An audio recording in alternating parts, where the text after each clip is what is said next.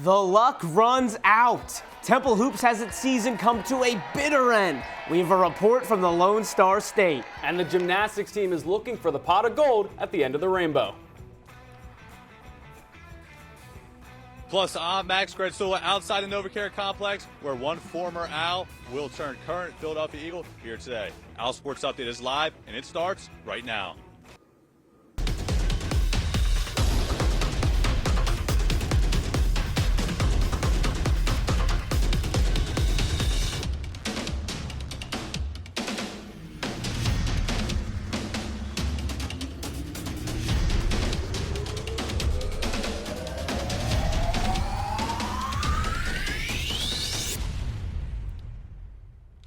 Top of the morning to you, Owls fans, and a happy St. Patrick's Day. I'm Josh Safran, he's Luke Milai, and yes, gymnastics is searching for its pot of gold, but luck has run out on Temple's two basketball teams. The men's team entered Dickies Arena in Fort Worth, Texas, with a first-round bye as the 4th seed, but they left without a win in the tournament for the 4th consecutive year.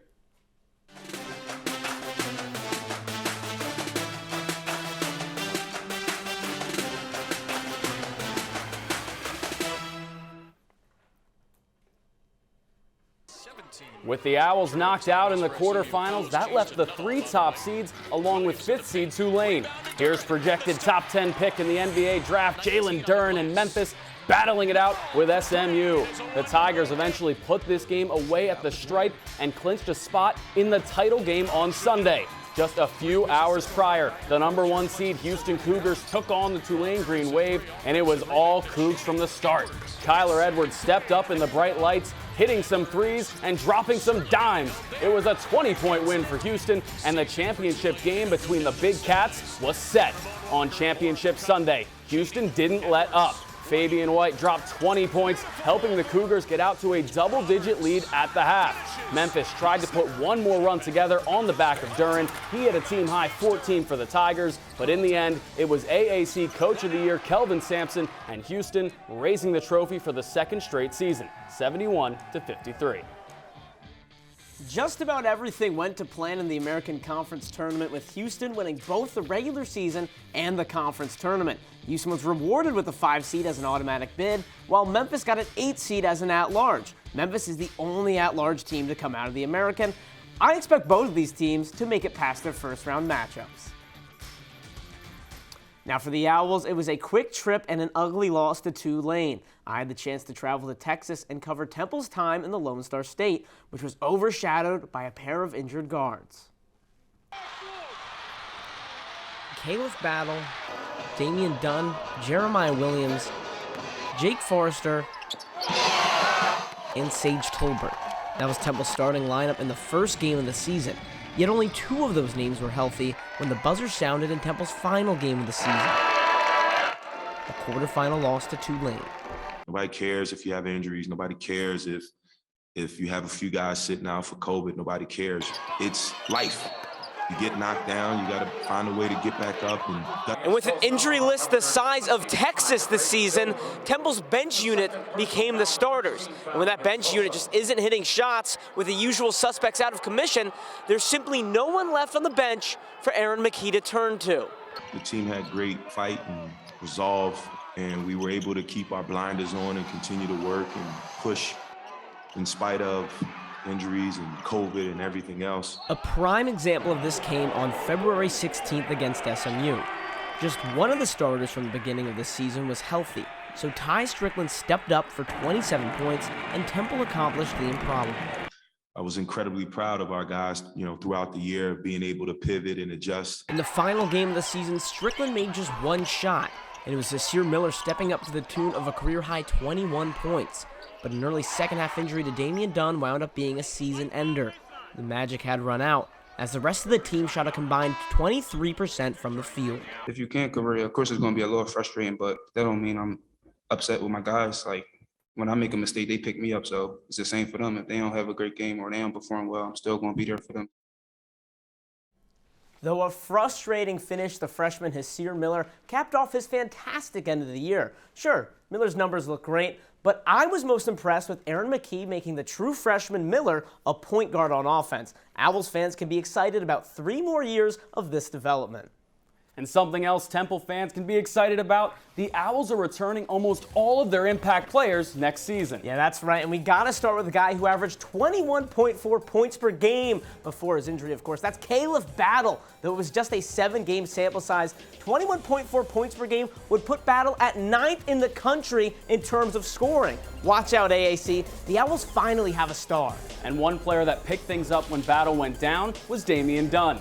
Dunn raised his scoring average to nearly 17 points per game after the injury to Battle. He led the team in scoring and was 6th in the conference. This marked Dunn's 3rd season with the program, but thanks to an injury and a COVID season, he'll return next year with redshirt sophomore eligibility. So starting off with 2 young guards, why not add a 3rd? Jeremiah Williams, and he might not shoot 40% from deep or have 20-point games, but he is the most complete player on the Owls roster. Williams could take the opposing team's best player out of a game, then quarterback the Owls offense to a T. We have the backcourt of the future, but how about the front court? Nick Jourdain proved himself as a valuable piece for the future on both sides of the ball. Defensively, Jourdain was 2nd in the conference in blocks. Offensively, he was 4th in the American in offensive rebounds and scored in double digits 7 times. He'll return next season with sophomore eligibility. Now, an Owl who will not be returning next season is Ty Strickland. Ty transferred here from Wisconsin in the 2019 season, but didn't see too much playing time until this season, where he stepped up big time during injuries to Dame Dunn, Jeremiah Williams, and Caleb Battle. But Strickland is back in the portal.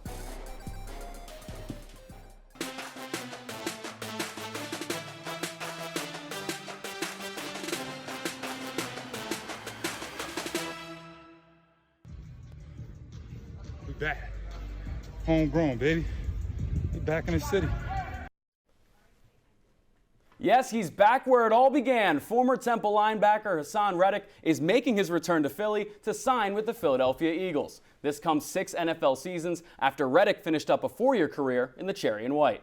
Live from the NovaCare Complex, it's OwlSports Update's own Max Gretzula has more on Reddick's signing. Hi, Max. Thanks, guys. Hey, it's not often that Temple finds its way back to the NovaCare Complex and the excitement of Temple football, but that's just the case here today. Hassan Reddick just inked a 3-year contract with the Birds, and he'll be introduced later this afternoon at the NovaCare Complex today. After a dominant career with the cherry and white and 4 years at Temple University, Hassan Reddick was drafted 13th overall in the 2017 draft. After a great performance with the Cardinals for 4 years, recording 12.5 sacks in his final year in Arizona, that earns him a 1-year prove-it deal with Matt Rule and the Carolina Panthers. Matt Rule, of course, his former college coach. Hassan Reddick will join the Birds now, inking that 3-year contract, and he'll look to provide a spark on the defensive side of the football. The Hassan Reddick news conference is set for 3 p.m. in the NovaCare Complex right behind me. We will have updates and coverage this afternoon on our social media handle at OwlSports Update. That's all for now here in South Philadelphia. Thanks, guys. Back to you in North Philly. Thanks, Max. Practices are underway at Hassan Reddick's old stomping grounds, Edberg Olson Hall. It's Stan Drayton's first taste as head coach on the practice field, and he hasn't wasted any time instituting a new tagline. OwlSports Update's Matt Aquino has more. He's been on the job for about 3 months. But this past Friday, Stan Drayton walked into his first ever practice for the very first time as a head coach.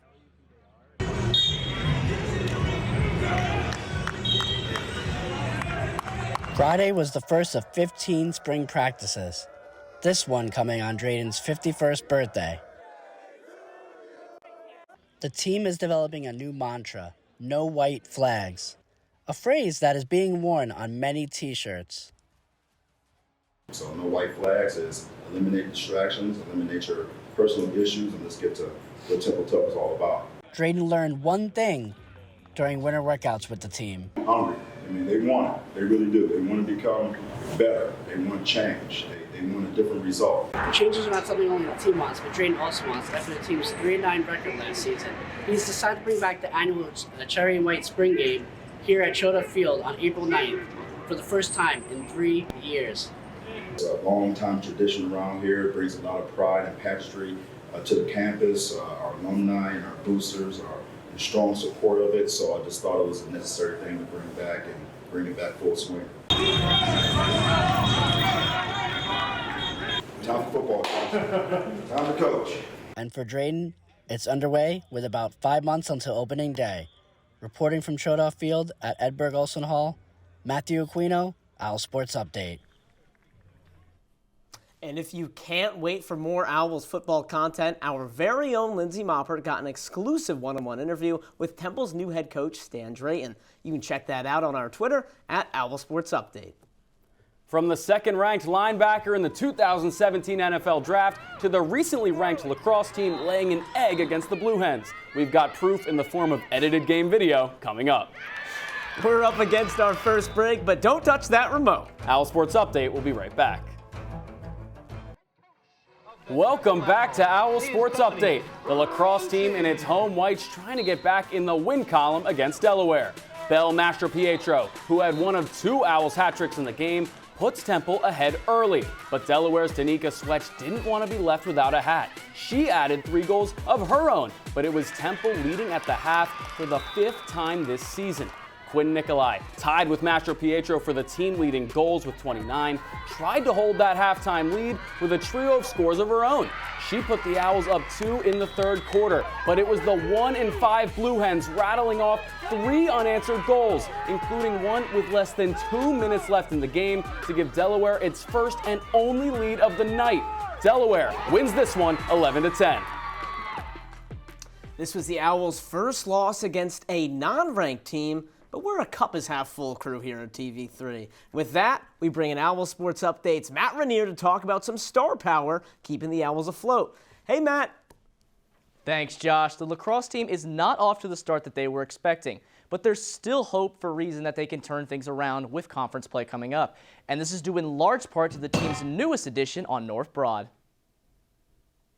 It can take weeks or even months for an athlete to adjust to a new environment and to develop chemistry with their teammates. However, this is not the case for graduate transfer Quinn Nicolai. The forward is already off to an incredible start to her one and only year at Temple. I love everyone that I'm working with. They make it super easy on the field to be successful. Quinn has 29 goals in just 8 games this season. That's tied for second best in the AAC. But what's been more impressive has been her ability to balance her athletics with her occupational therapy major. Sometimes I have to come late to practice, stay after, miss team lifts and do them on my own. So her flexibility with my schedule is ultimately what's making this possible. And I think it speaks volumes that as a transfer 5th year, she was voted captain. Despite the high wire act that comes from balancing both her studies and life as a student athlete, Quinn has still been able to become one of the best players on the lacrosse team. And she'll look to maintain both her excellent individual performance along with building better bonds with her teammates as the season progresses onward and the team looks to compete in the AAC. You know, she asked me all the time, like, what I would want, what needs to change, or any of the stuff like that. I mean, honestly, I just go out there and we want to win. So whatever it takes to make that happen, I hope that I'm able to do that for the team. Quinn's 29 goals are just 5 goals short of her career high, which she set as a sophomore at Penn State. And she still has 8 regular season games to go. Though Quinn has been a fantastic addition to the team, it's been veteran Belle Mastropietro that has led the way for the Owls. Belle has scored 29 goals so far this season while also dishing out 8 assists, and her efforts have garnered her national recognition, as she is now in the running for the Tewaaraton Award, which is given out to the best lacrosse player in the country. The duo of Belle and Quinn will be searching for win number 6 on Sunday against UC Davis. Reporting from the studio set, I'm Matt Rainier. Luke and Josh, back to you. Thanks, Matt. And in the words of Dr. Nikki Frank, one of the toughest individual tournaments Temple competes in all year, the Mid-Atlantic South Regionals. Temple made the short trip to Princeton to send 12 of its fencers to compete. 2 of those 12 are the Novo Seltseva sisters. Here's Anna. She finished 7th in foil, while her older sister Elizabeth finished 8th out of the 36 qualified fencers in their weapon. But the highlight of regionals was the épée clinic put on by Naomi Ross, who was delegated as an elite athlete by the NCAA, a designation that highlights her as a potential Olympian. Ross finished this regional 3rd out of 36 fencers in épée, Temple's highest finish of the day. And now, while most eyes were on NCAA basketball selections Sunday this past week, the NCAA also had its fencing selections this past week. This year, Notre Dame hosted championships, and the aforementioned Naomi Ross was selected to make the trip to South Bend, along with Anna Novoseltseva. It appears Temple is sending 4 fewer fencers to nationals than last season. Speaking of fewer, the gymnastics team earned 9 All-Eagle honors, spread among 6 gymnasts, 1 fewer than a season ago. First team All-Eagle honors goes to the top 8 ranked gymnasts from the 10-week regular season. Hannah Stallings got all-around first team honors. Ariana Castrense was first team in vault, while Tori Edwards got a first team selection for floor.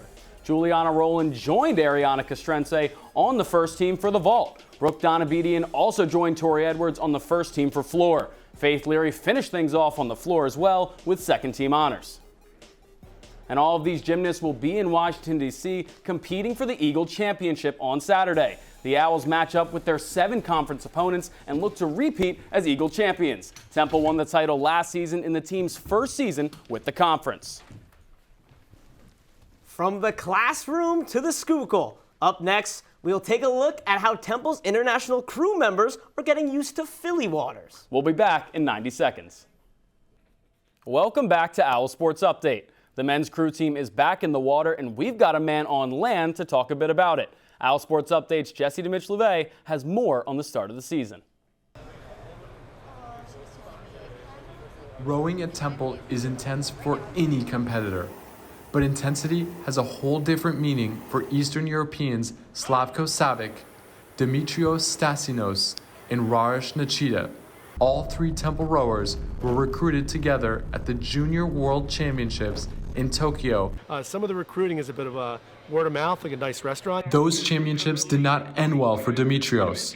Stasinos in the stroke seat shakes his fist. We still ended up on the right side of broad with Savic and Nachita, who all bring a first place or no place approach to the sport. That's what I really want to bring into this team is that European mentality. With those goals, we can also help Temple crew because that is raising some standard. For Coach Perkins, this threesome brings international experience that only improves the Temple brand. It's a teaching moment, and we benefit from the depth of experience they bring. We started talking about Temple, and we had it as an idea, and now we're in the same boat. While Temple crew benefits from this high standard, these European rowers have a more modest view of themselves. We really know nothing about rowing. With not one senior in the first varsity boat, any experience is good experience, no matter where it comes from. We will see that when the Owls hit the water at the Murphy Cup Regatta on April 2nd. Reporting from the Schuylkill River, I'm Jesse DeMitch-Louvet, OwlSports Update. As Jesse mentioned, men's crew doesn't compete until April, but we will see women's rowing make its first splash on March 27th in the Dock Hose Regatta. On April 2nd, both squads will be on the Schuylkill for the Murphy Cup. Fast forward 2 weeks later, the men and women stay in Philly for the Kerr Cup Regatta. For student athletes, no matter what the sport, approximately 30% of women and 25% of men report having anxiety, and only 10% of all college athletes with no mental health conditions seek care from professionals. OwlSports Update's Aaron Carty has more on Temple's mental health resources and why this topic is front and center once again. An unthinkable tragedy, one that brings student athletes and parents together. The topic of mental health has come into focus again with the passing of Stanford's goalkeeper, Katie Meyer. It's just one of those things that even if you didn't know Miss Myers personally, it hits right down to your core. With this news, some Temple higher profile athletes are sharing on social media their own mental health battles, such as men's basketball forward Jake Forrester and football's offensive line Miles Zytek. It's really hard to know everything someone's going through. With a busy schedule of classes, practices, and games, Temple student athletes have a lot on their minds, no matter the sport. This includes women's tennis player Ying Tian. Actually affect our performance because now I'm suffering from this. For any student athlete who is suffering from mental health, they can set up an appointment online at OwlSports.com. Go to Inside Athletics, scroll over to the tab Mental Health, Wellness, Performance. There it will take you to the forms you can fill out for an appointment to meet with TU Wellness. We are there to support one another and direct each other, to the resources that are available. Reporting for OwlSports Update, I'm Erin Carty. And here are the resources: the number for Temple's crisis line, Temple Police Department, and the care number. For more resources regarding mental health and wellness here on campus, you can go to wellness.temple.edu. Our final break coming up. On the other side, we've got some Irish flavor without the potatoes. And an OwlSports Update alum at the worldwide leader of sports, all coming up on the other side. Welcome back to OwlSports Update. We're bragging. The Irish dance team and OwlSport Update's very own Erin Carty took part in the St. Patrick's Day Parade on Market Street this past Sunday. The team competed in group and solo dances. Erin and company even took home an award given to the most outstanding adult celly dance group. Finally, there's an old saying that owls are everywhere, and that is true in the case of Max McGee. Max got his on-air start here at OwlSports Update in 2014, and about 8 years later, just before spring break in late February, he made his Sports Center debut on ESPN. We couldn't be more excited for him, so we thought it'd be fun to take a look at Max's ESPN debut versus his OwlSports Update debut. This was the one, an entire slate of games with all the A-listers here on ABC, ESPN, and the Deuce. Come on, dual screen action. Here to tell you all about it, Max McGee, Michael Lee.